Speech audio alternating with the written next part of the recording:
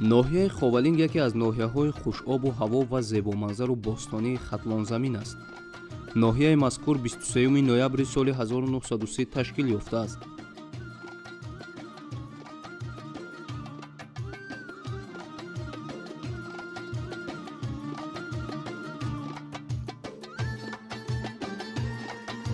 аҳолияш 57266 нафар ва масоҳаташ 3613 километри мураббаъ аст. аз ноҳияи Ховалинг ба пойтахти мамлакат шаҳри Душанбе 280 километр ва ба маркази вилояти Хатлон 265 километр роҳ аст. 95.2% ноҳияи Ховалингро кӯҳҳо фаро гирифта. он дар баландии 1500 метр аз сатҳи баҳр ҷой гирифтааст.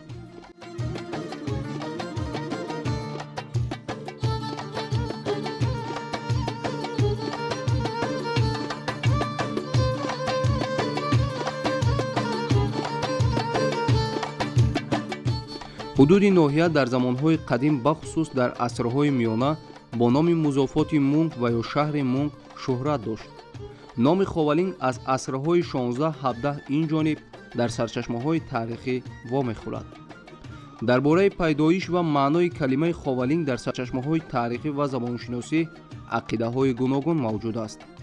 этимологияи ин истилоҳ аз забони порсии қадим ва миёна пайдо шудааст, ки маънои рӯшноӣ, офтобӣ ва теппа, замин, диёр, яъне диёри офтобиро дорад.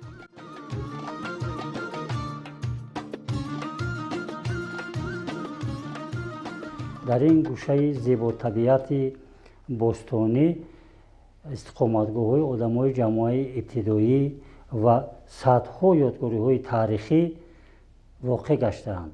муҳимтарини он истиқоматгоҳҳои одамои ҷамоаи ибтидоии Кулдара ки умри бештар аз миллион сола доранд ва ба ғайр аз ин истиқоматгоҳҳои одамои ҷамоаи ибтидоии асри санг, хонақҳои Севодара, Лоҳути 1, Лоҳути 2, Харвушон ва ғайраҳо ки ҳар кадоми о бисёр умри тӯлонӣ доранд. ғайр аз ин дар ин ҷо 5 сангтӯдаҳои хурду бузург воқеанд ки инҳо ҳама аз нишонаҳои мардуми орунажод мебошанд. ба зад меён яке аз шаҳрҳои калонтарини Хатлон, шаҳри Мунк ки дар бисёр адабиётҳои илмӣ, тарихӣ бисёр ба сифати баланд карда шудагӣ аст. ҳамчун як шаҳри ободон, бисёр мардум ва бисёр калон ба қалам дода шудааст, дар ҳамин ҷо воқеъ гаштааст. дар ин ҷо шаҳрҳои Ҳулбуг, Паргар, Андиҷарак, Леваканд, Ҳелавард, Сайё, Тамлят ва дигар шаҳракҳо буданд, вале калонтарин ҳамин шаҳри Мунк буд. дар Ховалинг садҳо қалъаву қалъагаиву кӯшку дигар шуд. асроре дар ҳамин саргаи Хатлон дар Ховалинг воқеъ аст, дар дигар ҷоҳо эҳтимол аст кам бошад. ва мо ҳама инро ба эътибор гирифта 30 сол пеш дар назди худ мақсад гузоштем ки мо як осурхона ташкил кунем. вахшбахтона ҳам осурхонаро ташкил кардем ки имрӯз 3800 адад нигоруҳҳои асри санг аз таърихи миллионсола то ба имрӯза дар бар мегиранд, дар ин ҷо маҳфуз аст. яъне ки Ховалинг дар маҷмӯъ саргаҳи Хатлон, таърихи бисёр қадима, табиати бой зебо, ёдгориҳои зиёди таърихӣ, табииро дар худ маҳфуз медоранд ки дар оянда ҳамаи саҳифаҳое ҳастанд, варақҳое ҳастанд барои рушди таърихи халқи тоҷик. аз рӯи тадқиқотҳои олимони бостоншинос, минтақаи Ховалинг яке аз марказҳои савдо ва фарҳангӣ маҳсуб ёфта, шоҳроҳи Абрешим аз он мегузаштааст. Вадим Ранов, олим, доктори илми таърих, узви вобастаи Академияи илмҳои ҷумҳурии Тоҷикистон, аввалин тадқиқотчии бозёфтҳои ноҳияи Ховалинг аст. дар ҳудуди ноҳия чанд мавзеи таърихӣ ёфт шудааст ки аз таърихи қадима доштани Ховалинг гувоҳӣ медиҳад. аз ҷумла бошишгоҳи Кулдара. он ба давраи палеолити поён тааллуқ дошта, таърихи 1 миллион сола дорад ва яке аз кӯҳантарин мавзеъ дар Осиёи марказӣ ба ҳисоб меравад. бозёфтҳои нодир гувоҳи он аст ки фарҳангу ҳунар, илму маърифат аз ин ҷо оғоз ёфтааст.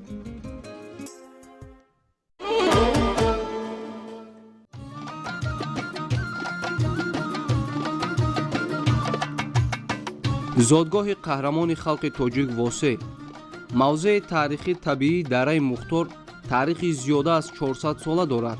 он аз маркази маъмурии ноҳияи ховалин дар масофаи 6 километр дар қисмати шимолу ғарбӣ ҷойгир шудааст. мавзеъи мазкур чун дар гузашта ва имрӯз низ зодгоҳи шахсони фозил, паҳлавонон ва далерону ҳунармандон мебошад.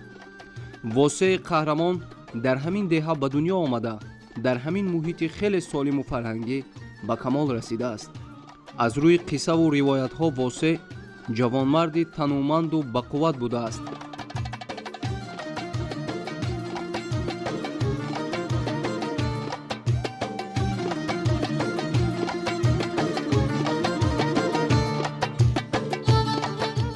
осорхона мамнунгоҳи ҷумҳуриявӣ ба номи восе аз осорхонаи таърихи фарҳангӣ, ҷувозхона, боқимондаҳои хонаи восе, чинорҳои чандин асра, дастниҳоли восеи қаҳрамон, дарахти садда, чашмаи мусаффои чирак ва мавзеи нотакрори табиӣ иборат мебошад.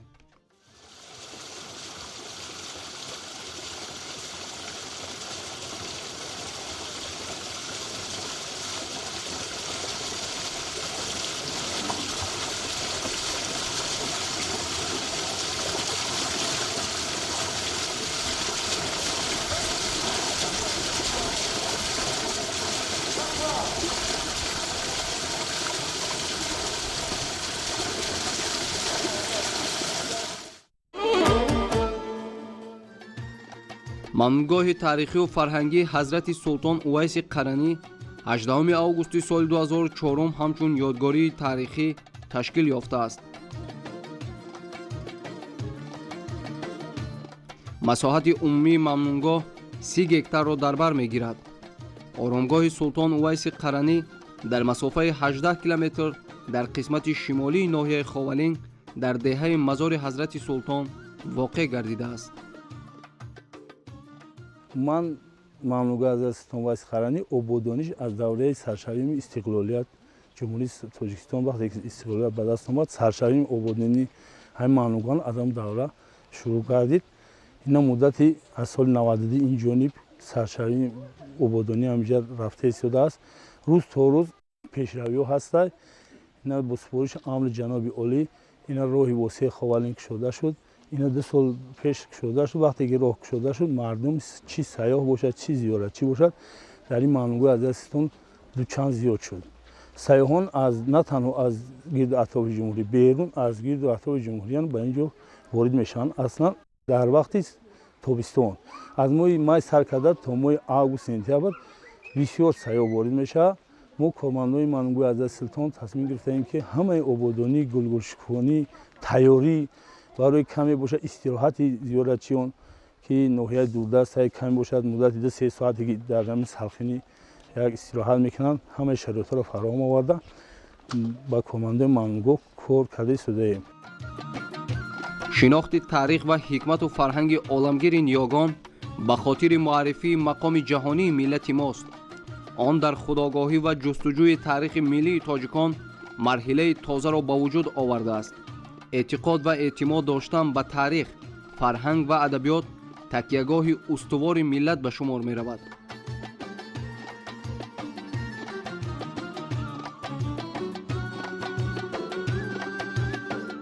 мавзеъи таърихӣ бо табиати зебо, чашмаҳои зулол, гулу гиёҳҳои шифобахш ва паррандагони нодир машҳур мебошад.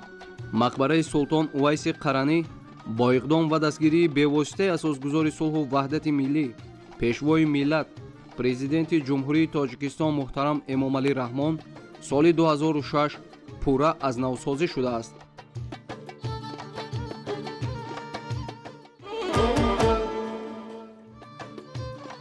китоб беҳтарин дӯсти инсон аст. яке аз муфидтарин корҳо дар замони фароғат хониши китоб аст. бо мутолиаи китобҳои бадеиву илмӣ метавонем таҷрибаҳову сабақи бузургеро омӯзем. бузурге фармуда: хушбахт касест ки ба яке аз ин ду чиз дастрасӣ дорад, ё китобҳои хуб ё дӯстоне ки аҳли китобанд. дар маркази ноҳияи ховалин китобхона як макони сертаваҷҷӯҳи сокинон буда, кормандонаш дар сатҳи баланд ба хонандагон хизмат мерасонанд. махзани китобӣ аз рӯи соҳаҳои дониш ҷобаҷогузорӣ шудааст. адабиёти бадеӣ бо забонҳои хориҷӣ, адабиёти бадеии тоҷик, адабиёти бачагонаи русӣ, матбуоти даврӣ, китобҳои илмӣ. хонандагони фаъоли китобхона мактаббачагону донишҷӯёну сокинони маҳаллӣ мебошанд.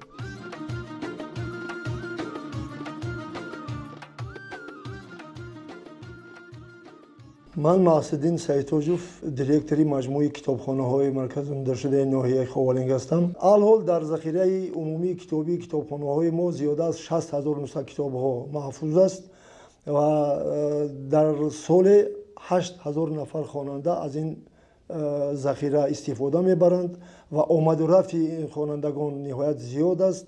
ҳамин озмуни фуруғи ҳисоби доноӣ ба ҷалби хонанда ба китобхона бисёр як мусоидати калон кард. агар ки мо дар муқоиса ба солҳои гузашта агар муқоиса кунем, агар ташрифи хонандагон, муроҷиати хонандагон ба китобхона хело зиёд гардид ва боварӣ аст ки то охири сол ин раванд боз ҳам такомул меёбад.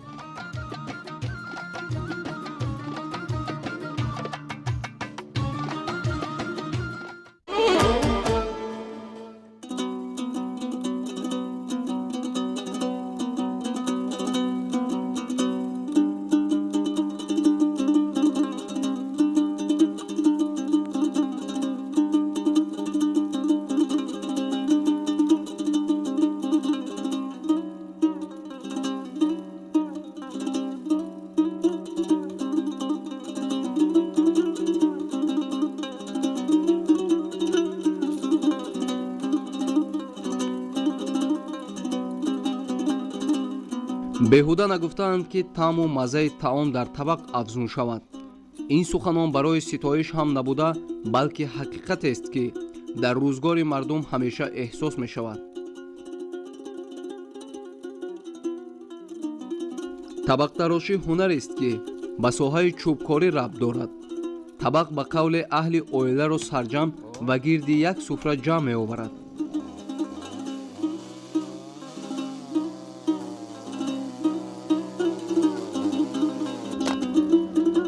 барои табақтарошӣ бештар чӯбҳои чормағз, зардолу, чинор, зарбет истифода мешавад.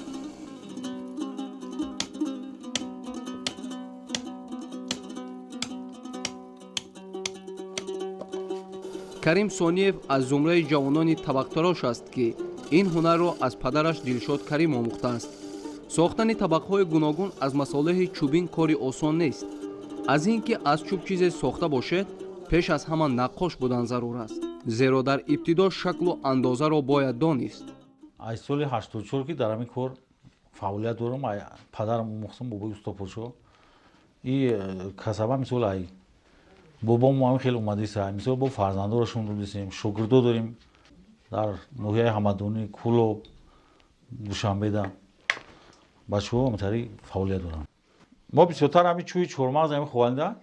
баъд чӯҳои чормағзи ховалин нисбати мисол таъдашо бо коркарчам хинаине ки сифатнокиш беҳтарай. мо ҳамин табақҳоро арам мекунем, ҳамин табақҳо барошон ҳам хеле чӯҳои майдача мебироем, ҳам хеле чӯҳо ҳамиёра бо барои исриф нашиданаш хеле қошиқ мекунем, хеле кавлизо мекунем.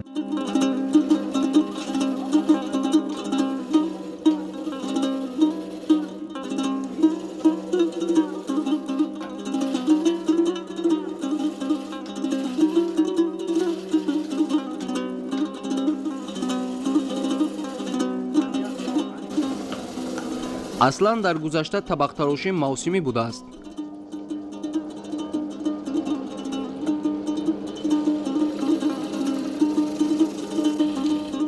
акнун табақтарошӣ кори мавсимӣ набуда, вобаста аз фармоиш метавонад дар тамоми фасли сол сурат гирад, зеро дастгоҳ дар манзилҳо насб ва тавассути муҳаррики барқӣ кор мекунад.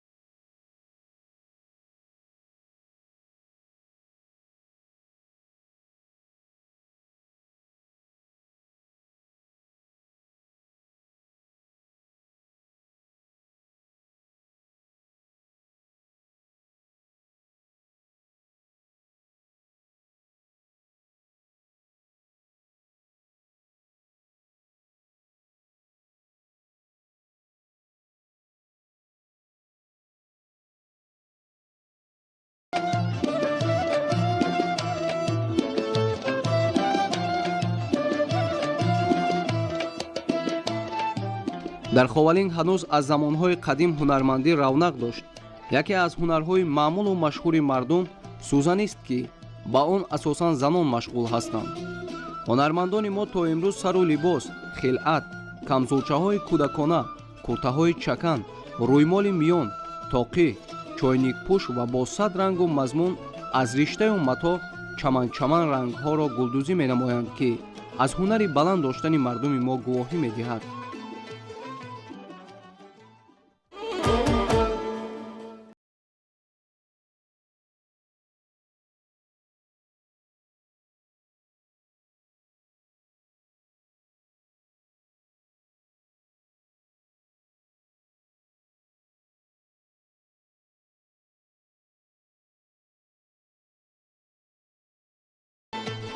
аз баракати соҳибистиқлолии тоҷикистон ва талошу пайкори шоистаи ҳар як сокини ноҳия ва ҳукумати кишвар ҷиҳати сазовор истиқбол гирифтани ҷашни 30-солагии истиқлолияти давлатӣ аст, ки имрӯз дар ноҳия сохтмони силсилаи иншооти таъиноти гуногун бо суръат идома дошта, дар наздиктарин фурсат мавриди истифода қарор мегиранд.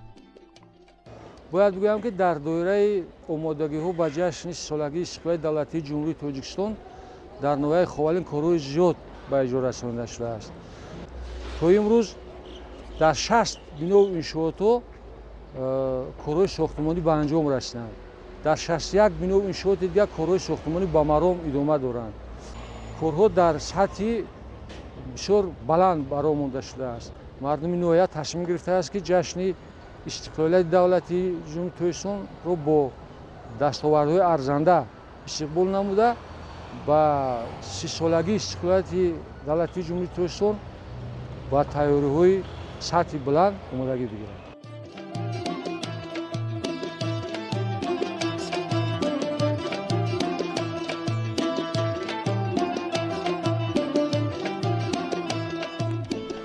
бояд гуфт ки сокинони ноҳияи Ховалинг дар зарфи солҳои соҳибистиқлолӣ бо эҳсоси баланди ватандӯстӣ ва ифтихор аз давлатдории миллӣ барои ободию пешрафт ҳамаҷониба кӯшиш менамоянд ва дастовардҳои сазовор дар ин ҷода сол то сол меафзояд.